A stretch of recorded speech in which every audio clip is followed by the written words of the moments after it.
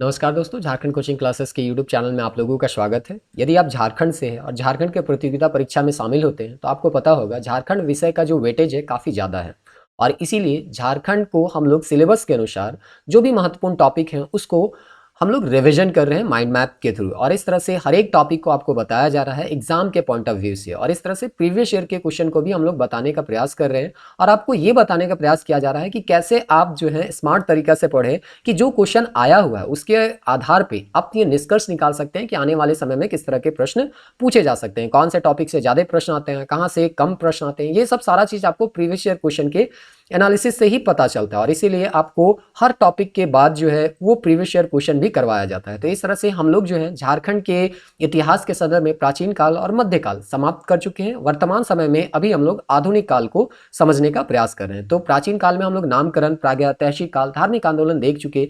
इसी से संदर्भित दो टॉपिक और था, भारतीय राजवंश और क्षेत्रीय राजवंश।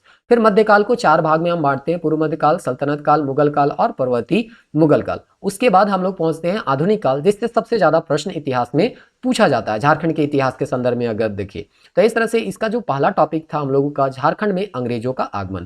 तो यहाँ से ज्यादा प्रश्न तो नहीं था, लेकिन जो भी प्रश्न यहाँ से पूछा गया है वो सारा चीज आपको यहाँ पे बता दिया गया है। उसके बाद हम लोग जो है वो नया टॉपिक की ओर आगे बढ़े जिसका नाम था ब्रिटिश हुकूमत के खिलाफ संघर्ष। ये काफ़ी लंबा टॉपिक है और इस टॉपिक से लगभग 86 प्रश्न अभी तक पूछे गए हैं जो कि प्रीवियस ईयर में किसी न किसी एग्जाम में आपको देखने को मिल जाएंगे। तो इसको हम लोग सारा टॉपिक जब कंप्लीट हो जाएगा ये, उसके बाद हम लोग सॉल्व करने का प्रयास करेंगे जो जो सवाल आए हैं उनको। तो इस तरह से ढाल विद्रोह से लेके हम लोग बाकी जितने भी इंपॉर्टेंट विद्रोह थे एक एक करके हमको उसको समझने का प्रयास किए और आज जो हम लोग यहाँ पे पढ़ने वाले हैं ब्रिटिश हुकूमत के खिलाफ संघर्ष को ही जानने वाले हैं, जिसमें सबसे इंपॉर्टेंट या सबसे बड़ा और जन संग्राम कहा जाता है संथाल विद्रोह को। ये संथाल विद्रोह जो था वो 1855 के समय हुआ था और आपको पता होगा 1857 में यहाँ पे सैनिक विद्रोह होता है या अलग अलग नामों से इस विद्रोह को जाना जाता है। तो उससे आपका कुछ समय पहले 1855 में ये विद्रोह हुआ था और काफ़ी उग्र विद्रोह था, सशस्त्र विद्रोह था। यहाँ पे पुरुषों के साथ साथ महिलाओं ने भी बढ़ चढ़ के भाग लिया और इस तरह से अगर आप हूल दिवस के दिन जो पेपर कटिंग वगैरह सब आता है उसमें अगर आप देखिएगा तो देखिएगा पढ़ने को मिलता है फूलो जानो जो कि सिद्धू कानू चांद भैरव की बहन थी, वो यहाँ पे देता है 21 अंग्रेजों का सर काट दी थी। तो इस तरह से और भी लोगों का जो भी अत्याचार कर रहे थे उनका वो विरोध की और उन सबको मार डाली। तो इस तरह से यहाँ पे उनके साथ और भी कई महिलाओं, कहा जाता है कि सिद्धू कानू जो है उनकी बहन जो है 1000 महिलाओं का नेतृत्व कर रही थी और आंदोलन को आगे बढ़ा रही थी। तो ये एक काफ़ी इंपॉर्टेंट आंदोलन है झारखंड के संदर्भ में और इसीलिए इसको हम लोग काफ़ी डिटेल से यहाँ पे जानने का प्रयास करेंगे। जो भी प्रश्न आया है उसको भी हम लोग यहाँ पे जानेंगे। आप में से कई दोस्त हैं जो कि यहाँ पे कमेंट कर रहे थे कि सर आपको पीडीएफ प्रोवाइड कीजिए। तो देखिए पीडीएफ अभी देना थोड़ा सा मुश्किल हो जाएगा क्योंकि इसमें थोड़ा बहुत करेक्शन होता ही रहता है।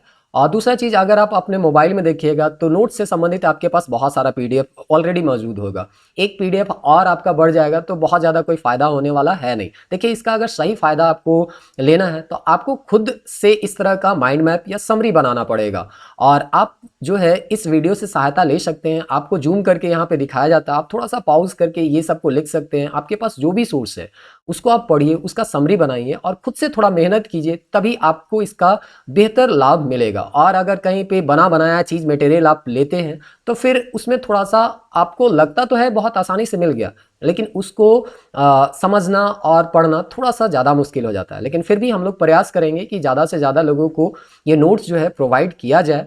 अगर पीडीएफ तो यहाँ पे अभी फ़िलहाल देना मुश्किल है क्योंकि इसका यूज़ से ज़्यादा मिसयूज कर दिया जाता है और इसीलिए हम लोग प्रयास करेंगे कि अगर किन्हीं को ये बाई पोस्ट अगर चाहिए तो हम लोग जो है जब नोट्स सारा कंप्लीट हो जाएगा तो आपको बता दिया जाएगा किसी एक वीडियो में। अभी बन ही रहा है, कुछ कल्चर का पोर्शन इसका बचा हुआ है, तो वो जब हम लोग बना लेंगे उसके बाद जो है प्रिंटेड नोट जो है आपको स्पीड पोस्ट या आपको कुरियर कर दिया जाएगा। आपका एड्रेस जो है आप ईमेल आईडी आपको दिया जाएगा, उसमें आप अपना एड्रेस भेजिएगा, वहाँ पे आपको कुरियर कर दिया जाएगा। तो ये जो है थोड़ा टाइम लगेगा, अभी कुछ पोर्शन जो है बचा हुआ है इसका बनाने का। जब हम लोग बना लेंगे तो फिर एक वीडियो में आपको बताया जाएगा कौन सा ईमेल आईडी में आपको पेमेंट करना है और उसके बाद आप कुरियर से उसको प्राप्त कर सकते हैं। तो अगर आप लोग इस तरह का नोट्स या ये नोट्स को अगर चाहते हैं तो आपको कुछ करना नहीं है, थोड़ा सा हम जानना चाहते हैं कि कितने लोग जो है इसमें इंटरेस्टेड हैं। तो आप कुछ नहीं कीजिए, आप यहाँ पे बस कमेंट कर दीजिए कि प्रिंटेड नोट्स करके यहाँ पे आप कमेंट कर दीजिए। हम समझ जाएंगे कि लगभग कितने कोई जो है ये प्रिंटेड नोट्स चाहते हैं और उस अनुसार से हम लोग जो भी निर्णय लेना होगा हम लोग निर्णय लेंगे। तो चलिए, ये तो नोट से रिलेटेड बात है, तो थोड़ा सा अभी प्रयास कीजिए, आपके पास जो भी बुक है उससे पढ़ें, उससे शॉर्ट नोट्स बनाएं और आपको वीडियो में जो बताया जा रहा है उसको थोड़ा सा यहाँ पे लिखिए। कुछ फैक्ट तो आपको, आप जो भी किताब पढ़ रहे हैं उसमें मिल ही जाएगा, सेम टू सेम फैक्ट होगा। कुछ नया फैक्ट अगर आपको मिलता है तो उसको आप ऐड कर लीजिए और खुद से थोड़ा मेहनत करने का प्रयास कीजिए। जब तक खुद से मेहनत नहीं कीजिएगा तो उसका सही लाभ आपको नहीं मिलेगा।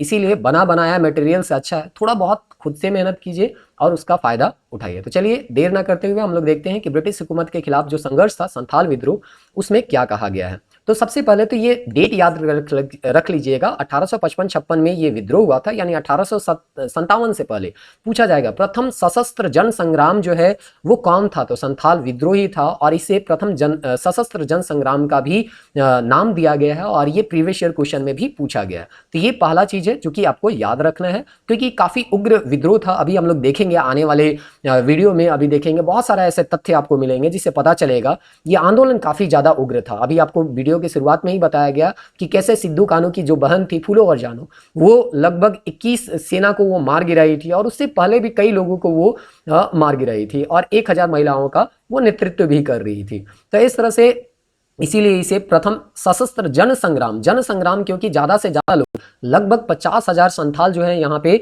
जमा होते हैं और ये हूल विद्रोह करते हैं, तो इसीलिए जन संग्राम का इसको नाम भी दिया गया, क्योंकि ज्यादा से ज्यादा लोग इसमें इस विद्रोह में शामिल हुए थे। तो चलिए अब इसका पृष्ठभूमि हम लोग समझने का प्रयास करते हैं कि कैसे धीरे धीरे यहाँ पे संथाल, जिसको अंग्रेजों के द्वारा ही बसाया गया, लेकिन फिर अंग्रेज के खिलाफ ही ये विद्रोह कर देते हैं। तो यहाँ पे 1793 में लॉर्ड कॉर्नवालिस के काल में एक एक्ट आता है या एक कानून आता है जिसको हम लोग जानते हैं परमानेंट सेटलमेंट। इसमें क्या किया गया था कि इसके तहत यहाँ पे 1832 में, देखिए ये तो और परमानेंट सेटलमेंट के तहत यहाँ पे और भी आपको पढ़ने को मिलेगा कि अस्थायी बंदोबस्ती कर दिया गया था। एक जमीन है तो उसका टैक्स फिक्स कर दिया गया था। आपको इसको सूर्यास्त के नियम से भी नाम से हम लोग जानते हैं कि इस टैक्स को यदि आप मान के चलिए आज का तारीख अगर 8 अगस्त है, 8 अगस्त को आपको टैक्स देना है, अगर 8 अगस्त शाम तक अगर आप टैक्स नहीं देते हैं तो 9 अगस्त को आपका जमीन को नीलाम कर दिया जाएगा। तो इसीलिए सूर्यास्त का नियम भी कहा जाता था और इसी को परमानेंट सेटलमेंट के नाम से जाना जाता था। एक फिक्स टैक्स यहाँ पे घोषित कर दिया गया था, इसीलिए परमानेंट सेटलमेंट कहा गया था। तो ये लॉर्ड कॉर्नवालिस के काल में लाया गया था और इसी के तहत बहुत सारे लोगों को बसाया जा रहा था, जिसमें संथाल जो है, जो पहाड़िया विद्रोह आपको पिछले वीडियो में बताया गया था कि पहाड़िया एक जगह अस्थायी होकर खेती नहीं करते थे, लेकिन संथाल को कहा जाता है ये बहुत ही आदर्श बशिंदे थे और ये कृषि कार्य करते थे। और कोई भी अगर कृषि कार्य कर रहा है तो एक जगह बसेगा तो वो क्या करेगा, जो भी उत्पादन होगा उसके बदले में टैक्स देगा और इसीलिए इनसे टैक्स मिल सकता था। इसीलिए इसको 1832 में गवर्नमेंट के द्वारा एक बहुत बड़ा एरिया को, दामिनी को जो है वो घोषित कर दिया जाता है और परमानेंट सेटलमेंट के तहत इसको संथालों को बसाया जाता है। देखिए ये 1832 का जो डेट लेके बहुत ज़्यादा विवाद होता है और इसीलिए हम जो है यहाँ पे एनसीईआरटी लिखे हुए हैं, क्योंकि ये एनसीईआरटी को ही डिटेल कॉपी करके यहाँ पे लिखा हुआ है। एनसीईआरटी में अगर आप पढ़िएगा क्लास 12 वाला में, तो वहाँ आधुनिक भारत में आपको दिया गया है कि दी गई भूमि में कम से कम 10वें भाग को साफ करके पहले 10 वर्षों के भीतर इसको जोतना था और वहाँ पे बसना था। मतलब कुल मिला के यहाँ पे बताया गया है ये एक बड़ा जंगल था, इसका 10वां जो भाग है उसमें आपको पहले 10 वर्ष में इस जंगल को काटना था और काट के इसको साफ करके यहाँ पे खेती करना था और उसके बाद कुछ समय के लिए यहाँ पे टैक्स नहीं लिया गया, लेकिन जैसे जैसे समय बढ़ते गया यहाँ का टैक्स रेट जो है बढ़ते गया और इस तरह से यहाँ पे अंग्रेजों का अत्याचार बढ़ जाएगा। परमानेंट सेटलमेंट के तहत जो जमीन है उसका नीलामी किया जाएगा और इस नीलामी के कारण बाहर से काफी लोग यहाँ पे आके बसने लग जाएंगे और बाहर के लोग जो भी यहाँ पे आए वो यहाँ के लोगों के ऊपर अत्याचार या शोषण कर रहे थे और उसी के खिलाफ जो है संथाल जो है यहाँ पे विद्रोह करते हैं। तो बहुत दिन से ये जो शोषण है वो चलता आ रहा था, लेकिन उग्र रूप जो लेता है वो 30 जून 1855 को लेता है, या हम कह सकते हैं 1855 का जो समय था वो काफी उग्र रहा संथालों के विद्रोह के संदर्भ में। अब यहाँ पे देखिए दामिनी कोह के बारे में हम थोड़ा सा जानने का प्रयास करते हैं। ये पहाड़ी का अंचल कहा जाता है दामिनी कोह को। तो यहाँ पे दामिनी कोह तो चलिए बसा दिया गया, लेकिन बाद में धीरे धीरे राज्य के द्वारा यानी अंग्रेजों के द्वारा भारी कर लगाया गया, टैक्स में वृद्धि किया गया। और जब टैक्स में वृद्धि किया जाएगा तो किसान के साथ साथ यहाँ के कुछ छोटे मोटे जमींदार जो रहेंगे उनके ऊपर भी टैक्स जो है वो बढ़ते जाएगा, लोड बढ़ते जाएगा, उनका जमीन जो है नीलाम होते जाएगा। अगर क्लास 12 का आधुनिक भारत का पहला चैप्टर आप पढ़िएगा तो देखिएगा इन सब के बारे में बहुत ही डिटेल में आपको समझाया गया है। तो इन सब के बारे में अगर हम जानते हैं तो देखिए सब यहाँ पे इनके शोषण से यानी अंग्रेजों के शोषण से त्रस्त थे, चाहे वो किसान हो, जमींदार हो, महिला हो या जनजातीय हो या गैर जनजाति हो, सभी इनके से परेशान थे। और इसीलिए यहाँ पे कहा गया है कि दामिनी खोज के में राज्य भारी कर लगा रही थी और इससे लोगों के ऊपर जो भार है वो बढ़ते जा रहा था। दूसरा यहाँ पे दिया गया है दीकू लोग बहुत ऊंची दर पर ब्याज लगा रहे थे। देखिए खेती करने के लिए क्या होता था कि मान के चलिए पैसा आपके पास नहीं है या किसान के पास नहीं है तो वो साहूकार लोगों के पास पैसा लेने जाते थे और साहूकार उसको पैसा देते थे, लेकिन जो ब्याज का दर होता था वो कई पीढ़ी तक ब्याज चुकाते ही रहते थे और इस तरह से बेगारी तरह से काम करवाया जाता था उसको। तो ये जो दीकू कहा गया है, बाहरी लोगों को कहा गया है, तो इस तरह से दीकू लोग जो है यहाँ बताया गया कि ऊंची दर से ब्याज लगा रहे थे और इससे भी लोगों के ऊपर शोषण काफी ज्यादा हो रहा था। फिर है जमीन का कब्जा किया जा रहा था। यदि आप समय से टैक्स नहीं देते हैं तो जमीन का नीलाम कर दिया जाता था। जमींदार का तो नीलाम हो ही रहा था, साथ ही साथ जमींदार जो है वो टैक्स मिल सके इसलिए किसानों का जमीन को भी नीलाम कर रहा था। तो इस तरह से यहाँ पे जमीन जो है उस पर कब्जा किया जा रहा था और ये तो है लंबे समय का घटनाक्रम इस तरह का आपको देखने को मिलेगा। डिटेल में जब पढ़िएगा तो सारा घटनाक्रम आपको है ना समझ में आएगा कि कैसे यहाँ पे अत्याचार किया जा रहा था। लेकिन अभी तो हम लोग फैक्ट को हम लोग देखने का प्रयास करें जो भी एग्जाम के पॉइंट ऑफ व्यू से महत्वपूर्ण है।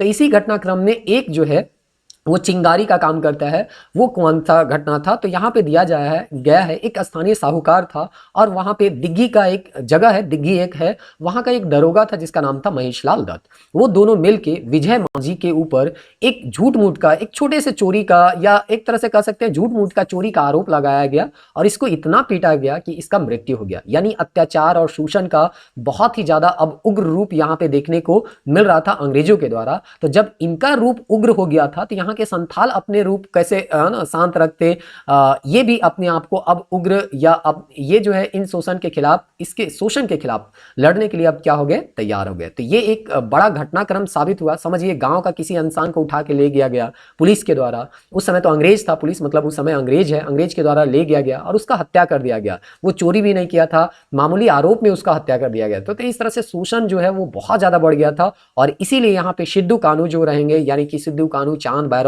जो भी है ना, और ये आपकी इनकी बहन जो है फूलो और जानो, सब यहाँ पे इस आंदोलन का नेतृत्व करेंगे। और नेतृत्व करने के लिए 30 जून 1855 को एक जगह है भोगनाडी, जहाँ पे इन सब का जन्म स्थान भी माना जाता है, साहिबगंज में ये पड़ता है वर्तमान समय में। तो इसमें एक सम्मेलन बुलाया गया या एक यहाँ पे लोगों का मीटिंग बुलाया गया कि अब जो है बहुत अत्याचार हो गया है, अब हम लोग इसके खिलाफ लड़ाई लड़ेंगे और इस तरह से आगे जाके हम शोषण को सहने वाले नहीं हैं। और इसीलिए कहा जाता है इस दिन जो है 50,000 संथाल जो है वो भोगनाडी में जमा होते हैं और भोगनाडी में जमा होने के बाद यहाँ पे ये तय किया जाता है कि अब हम किसी भी तरह से अंग्रेजों का शोषण नहीं सहने वाले हैं। और इस तरह से सिद्धू को यहाँ पे राजा बनाया जाता है, कानू को मंत्री बनाया जाता है, चांद को प्रशासक बनाया जाता है और सेनापति बनाया जाता है भैरव को। और इस तरह से इनके जो गुरु थे वो उनका नाम था श्याम टुडू। तो इस तरह से ये सब सभी मिलते हैं और बोलते हैं कि अब शोषण बहुत हुआ, अब हम बिल्कुल नहीं सहेंगे। और इसीलिए इनके द्वारा, सिद्धू के द्वारा कुछ नारा दिया गया है जो कि कभी कभी पूछता भी है, अभी तक तो प्रीवियस ईयर में नहीं मिला है, लेकिन ये पूछता है, करो या मरो अंग्रेजों हमारी माटी छोड़ो, अबुआ देशुम अबुआ राज, यानी हमारा देश है ना, देश है तो राज भी हमारा होगा, सरकारी आदेश नहीं मानेंगे, ऐसा यहाँ पे सम्मेलन में कहा गया। फिर बोला गया लगान नहीं देंगे। दूसरे दिन सभी गांव गांव से निकल पड़े और सशस्त्र विद्रोह यहाँ पे आपको देखने को मिलता है। तो इस तरह से यहाँ पे लोग जो है आपस में यहाँ पे सभी जुट गए और जुटने के बाद यहाँ पे विद्रोह काफी उग्र हो गया। उनके पास तीर भाला जो भी इनके पास हथियार था, पारंपरिक हथियार था, उसके साथ ये निकल गए, गांव गांव ये जाते और जो भी इनके ऊपर शोषण किए थे सबको है ना मारते जा रहे थे, है ना। उनका महल जो है, जमींदार है चाहे उनका जो भी यहाँ पे बड़े बड़े यहाँ पे जमींदार साहूकार थे जो यहाँ के जमीन को छीन के यहाँ के पैसे से यहाँ पे महल बनाए थे, सबका महल को ये लोग जलाने लग गए।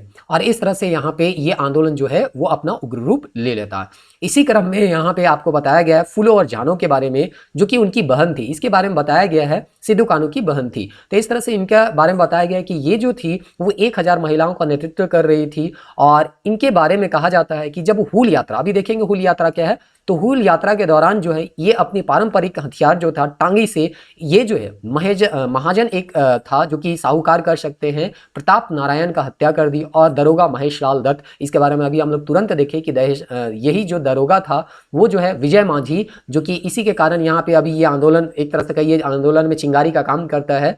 और इस तरह से विजय मांझी का जो हत्या का बदला था वो फूलो झानो के द्वारा ले लिया गया। और इस तरह से 19 और लोगों को कहा जाता है, किताब अगर आप पढ़िएगा, एक किताब का नाम है झारखंड के वीर शहीद, वो उनके लेखक है डॉक्टर विनय कुमार पांडे, आपको फ्लिपकार्ट या अमेजन में मिल जाएगा। इसके बारे में अगर पढ़िएगा तो वही किताब में दिया गया है कि ये जो है इस समय 19 लोगों का हत्या कर दी थी।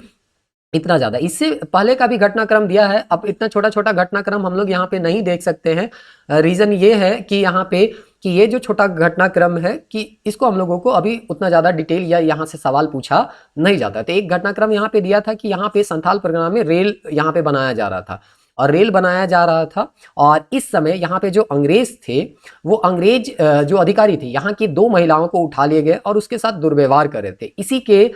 इसी को बचाने के लिए ये फूलो जानो जो है महिलाओं के नेतृत्व में जाती हैं, और ये घटनाक्रम काफी उग्र हो जाता है। और इन दोनों अंग्रेज अधिकारियों को तो मारते ही मारते हैं जो उनको उठा के ले गया था, साथ में और भी कई लोगों को मौत के घाट ये उतार देती हैं। तो ये जो है छोटा छोटा घटनाक्रम है, कभी समय मिले तो आप डिटेल इनका कहानी पढ़ सकते हैं। अभी फिलहाल हम लोग एग्जाम के पॉइंट ऑफ व्यू से पढ़ रहे हैं, तो ये फैक्ट को याद रखिएगा कि हाँ, फूलो जानो जो है अभी 19 लोगों को मारी है, आगे जाके 21 लोगों का सेना का हत्या करेंगी।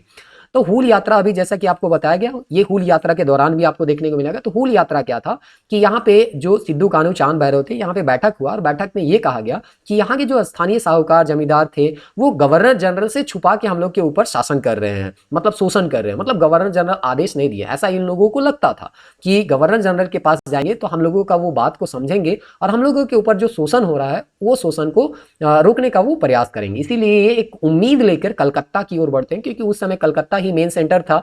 आपको पता होगा बाद में 1911 में इसको दिल्ली में सेंटर लाया गया। तो इस तरह से हूल यात्रा के दौरान इन लोगों को कहाँ जाना था, तो कलकत्ता जाना था। किससे मिलना था, तो गवर्नर जनरल से मिलना था। और यही जब हूल यात्रा होता है तो आपको दिया गया है रास्ते में जितने आने वाले जमींदार थे, साहूकार थे, उनकी हवेलियां जलाते गए। और उन्हीं का एक घटना यहाँ पे दिया है फूलो जानो का, कि कैसे फूलो जानो महाजन या साहूकार प्रताप नारायण, दरोगा महेश लाल दत्त जैसे 19 लोगों को, जो भी अत्याचारी लोग थे, उनके ऊपर यहाँ पे वो हमला करते हैं। तो इस तरह से यहाँ पे ये सारा घटनाक्रम हम लोग देखते हैं। इसी तरह से आपको, ये तो संथाल परगना का था, इसके अलावा जो है और भी लोगों के द्वारा यहाँ पे विद्रोह किया जाता है। जैसे कि 19 फरवरी यहाँ पे देखिएगा, तो यहाँ पे 19 फरवरी से एक आंदोलन प्रारंभ होता है। देखिए ये 30 जून 1855 का था, तो ये फरवरी दे रहा है, तो हम लोग मान के चलते हैं यहाँ पे 1856 का ये डेट होगा। तो इस तरह से अर्जुन मांझी, चुबाई मांझी, भैरवी मांझी, लिताई मांझी, बूका मांझी, सूर्य ठाकुर, गोपी ठाकुर, ये सब का नाम आपको खाली याद रख लेना है। पूछेगा कभी कि हजारीबाग में संथाल विद्रोह का नेतृत्व कौन कर रहे थे, तो इनके द्वारा ये संथाल विद्रोह का नेतृत्व किया जा रहा था। उसी तरह से वीरभूम, जो कि आपको बंगाल का या पश्चिम बंगाल का एरिया में थोड़ा बहुत देखने को मिलेगा, इसमें गोरा मांझी के द्वारा नेतृत्व किया जा रहा था इस विद्रोह में। फिर एक आपका दिया है कुरियो है, लक्ष्मी ठकुराइन है और धर्मा है। इनके द्वारा जो है वो खगड़िया में ये आंदोलन को आगे बढ़ा रहे थे। इसमें दिया गया है कि ये लोग जो है, जैसे कुरियो है, लक्ष्मी ठकुराइन, धर्मा है, ये बाजार को लूट लिए, पुलिस स्टेशन जला दिए, रेलवे स्टेशन जला दिए, डाक गाड़ी को जला दिए। इस तरह का छोटा छोटा घटनाक्रम आपको बस समझने के लिए याद रखना है कि आंदोलन काफी उग्र था। इसीलिए कहा गया है ये प्रथम जन संग्राम था और सशस्त्र विद्रोह से के साथ ये विद्रोह आगे बढ़ा था। जो भी इनके पारंपरिक हथियार हैं उनके साथ ये लड़ाई लड़ रहे थे। गोली बंदूक उधर अंग्रेज से चल रहा था और यहाँ पे पारंपरिक इन लोगों का हथियार था। जब इतना ज्यादा आंदोलन उग्र हो जाएगा तो दमन का प्रक्रिया प्रारंभ हो जाएगा। और दमन का प्रक्रिया में यहाँ पे अलग अलग अंग्रेजों को भेजा जाएगा। इसमें एक सबसे फेमस नाम आता है मेजर बरो का, तो इसको तो आपको याद रखना ही रखना है। बाकी और दो एक अंग्रेज का नाम आपको आएगा अलग, कैप्टन अलेक्जेंडर है, लेफ्टिनेंट थॉमस है और लेफ्टिनेंट रीड है।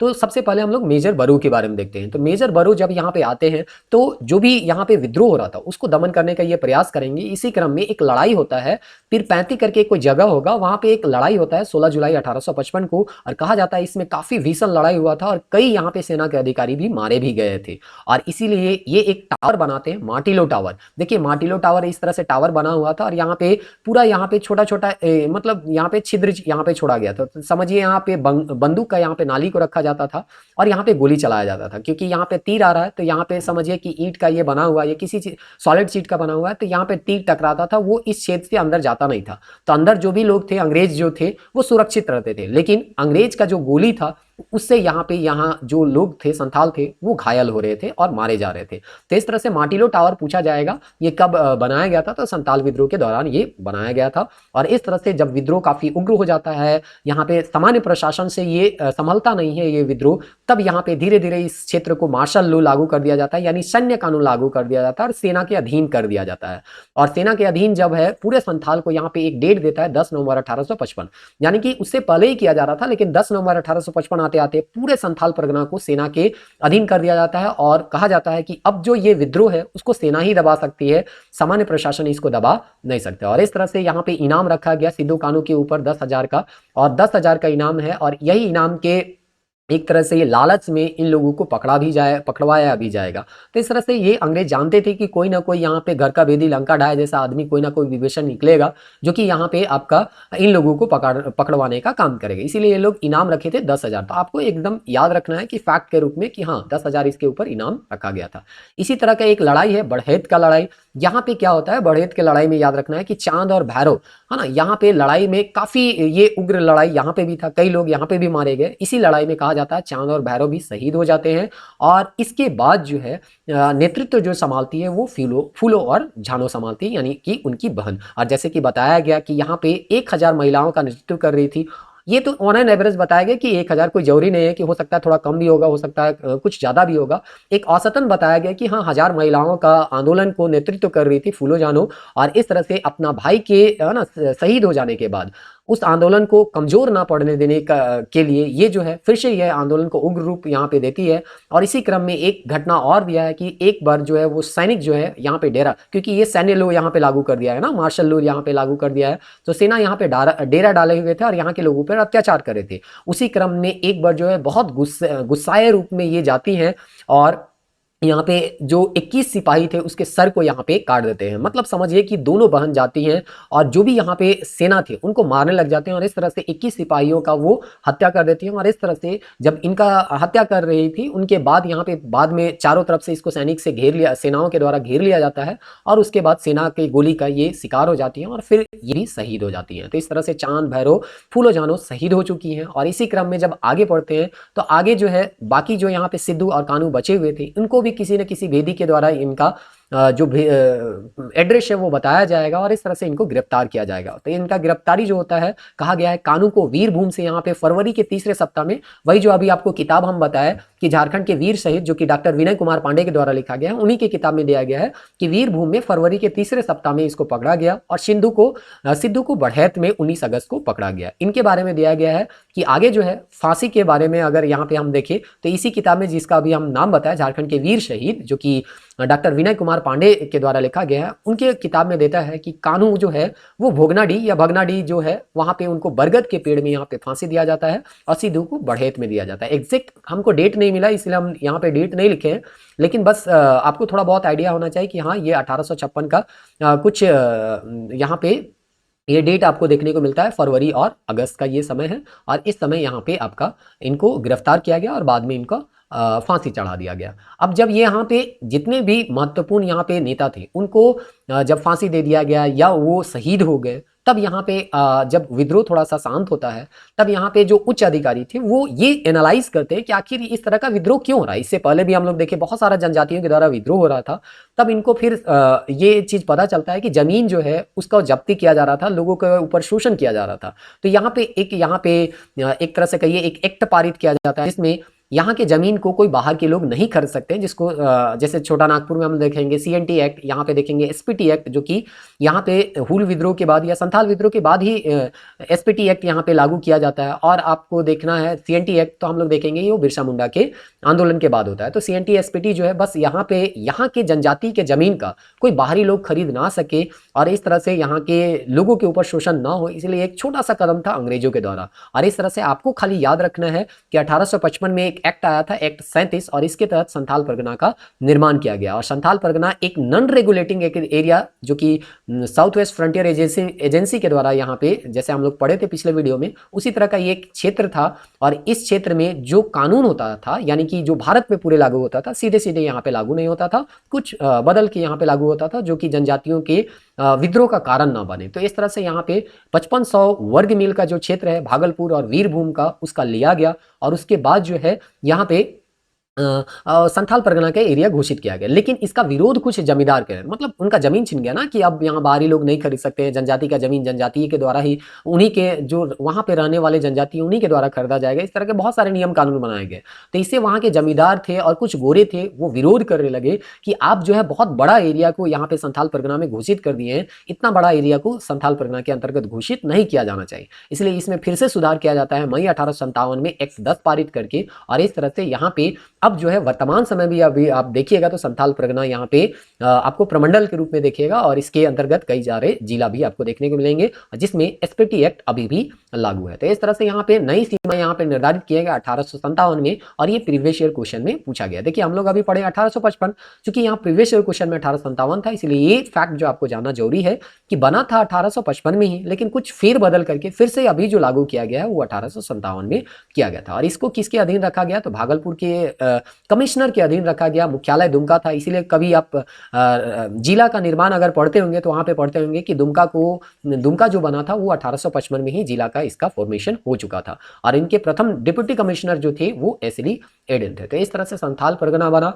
साथ ही साथ यहाँ पे इनका जो संथाल पुलिस रूल्स था, जिसको यूल रूल्स हम लोग के नाम से जानते हैं, उसको भी मान्यता दिया गया, जिसके अंतर्गत भागलपुर के कमिश्नर जो जॉर्ज यूल जो थे, और इन्हीं के नाम पे यूल रूल्स भी रखा गया था, वो क्या करते हैं, यहाँ का जो पारंपरिक व्यवस्था था, मतलब एक तरह से कह रहे हैं पुलिस व्यवस्था था, उसको ये मान्यता दे देते हैं। तो ये लागू कब होता है, कभी कभी प्रीवियस ईयर में आपको देखने को मिलेगा 29 दिसंबर 1856 को। यहाँ पे क्या था, तो पहली बार संथालों की सामाजिक व्यवस्था को कानूनी मान्यता दी गई। तो देखिए अगर आप जेपीएससी की तैयारी करते होंगे या उसके सिलेबस देखे होंगे, तो वहाँ है आपका पारंपरिक जो जनजातीय शासन व्यवस्था है उसके बारे में पढ़ना है। तो ये सब जो है हर एक जनजाति का अपना शासन व्यवस्था होता है, अपना सामाजिक व्यवस्था होता है। तो उस व्यवस्था में से कुछ व्यवस्था को यहाँ पे मान्यता दिया गया, और उसी को यहाँ पे जॉर्ज यूल के काल में दिया गया था। कमिश्नर उस समय जॉर्ज यूल थे, इसलिए इसका नाम रखा गया यहाँ पे यूल रूल्स। तो ये कभी कभी पूछेगा, तो इसको ध्यान में रखिएगा। प्रीवियस ईयर में ये पूछा हुआ था, हम भूल गए यहाँ पे लिखने के लिए, तो आप ध्यान में रखिएगा, ये क्वेश्चन आपका पूछा हुआ है। ग्रामीण समुदाय के प्रबंधन की पूरी जिम्मेदारी किसको दिया गया, मांझी को दिया गया। और पुलिस और नौकरशाही का हस्तक्षेप को यहाँ पे कम किया गया, ताकि आने वाले समय में इस तरह का कोई भी और सशस्त्र विद्रोह देखने को न मिले। तो इस तरह से यहाँ पे संथाल विद्रोह जो है वो समाप्त हो जाता है। एक छोटा सा यहाँ पे विद्रोह जो है वो सरदारी लड़ाई है, और आपका सारी लड़ाई और खिरवार आंदोलन है। तो इसको हम लोग आने वाले नेक्स्ट वीडियो में हम लोग इसको देखेंगे। और इस तरह से और 2 वीडियो में आपका पूरा जो ब्रिटिश साम्राज्य है उसके खिलाफ, या ब्रिटिश हुकूमत है उसके खिलाफ जो जन संघर्ष था, या जनजातियों का जो संघर्ष था, वो समाप्त हो जाएगा। उसके बाद हम लोग यहाँ पे जो भी 86 प्रश्न यहाँ पे प्रीवियस ईयर में पूछे गए हैं, उन सबको हम लोग यहाँ पे सॉल्व करेंगे। आप यदि वीडियो अंत तक देख रहे हैं तो उम्मीद करते हैं आपको ये जो सीरीज है वो पसंद आ रहा होगा। तो आप इसको ज़्यादा से ज़्यादा दोस्तों तक शेयर कीजिए, ताकि ज़्यादा से ज़्यादा लोगों तक ये वीडियो पहुंच सके। और जो महत्वपूर्ण फैक्ट है, देखिए पढ़ने का तो हम लोगों को बहुत सारा पढ़ने को है ना मिल जाएगा, लेकिन आपको पढ़ना उन्हीं चीज़ों को है जो कि एग्जाम के पॉइंट ऑफ व्यू से महत्वपूर्ण है। और आपको कम समय में फैक्ट जो है, इंपॉर्टेंट फैक्ट ही बताया जाता है, आपका टाइम किसी तरह से लूज नहीं किया जाता है। इसलिए उम्मीद करते हैं आप भी थोड़ा बहुत हम लोगों के इस चैनल को और ज़्यादा फैलाने में मदद कीजिएगा, और ज़्यादा से ज़्यादा लोगों को शेयर कीजिए। तो मिलते हैं नेक्स्ट वीडियो में, तब तक के लिए जय हिंद। और जैसे कि आपको पीडीएफ के लिए बोला गया, तो फिलहाल हम लोग अभी पीडीएफ नहीं दे पाएंगे। आप लोग जो है जब पूरा नोट्स कंप्लीट हो जाएगा तो कुरियर कर सकते हैं, आपको नेक्स्ट वीडियो में कभी बता दिया जाएगा। फिलहाल के लिए आप कीजिएगा, आप जो है एक कॉपी ले लीजिए, और आपके पास जो भी किताब है उससे आप शॉर्ट नोट्स बना सकते हैं इस तरह से, या जो वीडियो में आपको बताया जा रहा था अभी उस तरह से आप जो है थोड़ा थोड़ा लिख के पॉज करके वीडियो को पॉज कीजिए, और उसके बाद उसको लिखिए। और इस तरह से आपका नोट्स जो है वो समरी जो है वो बन जाएगा। थोड़ा सा मेहनत लगेगा, जब मेहनत कीजिएगा ज़्यादा तो फल भी उसका बेहतर ही मिलेगा। तो मिलते हैं नेक्स्ट वीडियो में, तब तक के लिए जय हिंद।